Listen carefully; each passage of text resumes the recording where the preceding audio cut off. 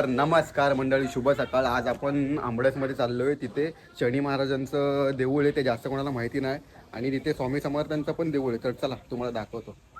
मंडळीनं आता आपण आलो आहे देवळाच्या लोकेशनला. चिरणी रोड इथून थोडासा पुढे आहे, त्याच्या थोडा मागे आहे. आणि हा बघा इथे हा बोर्ड लावलेला असा, आणि इकडून पुढे तिकडे देऊळ आहे. तर चला तुम्हाला दाखवतो. तर मंडळींनो, हा आहे देवळाचा पूर्ण व्ह्यू. तर आतमध्ये आलेली समोरच रुद्राक्षाच्या फळांची झाडं इथे समोरच आहेत. त्याच्या बॅक साईडला ते शनिदेवांची मूर्ती आहे इथे.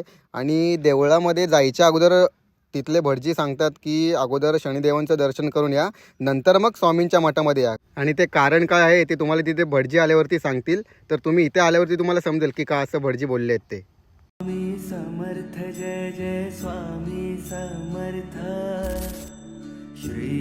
आणि मंडळींनो, हे आहे स्वामींच्या पादुकीचे छोटेसे देऊळ. आणि जो बाजूला दगड दिसतोय त्याच्यावरती स्वामी स्वतः बसले होते. हा जो बाजूला दगड आहे ना, हार घातलेला, त्याच्यावरती.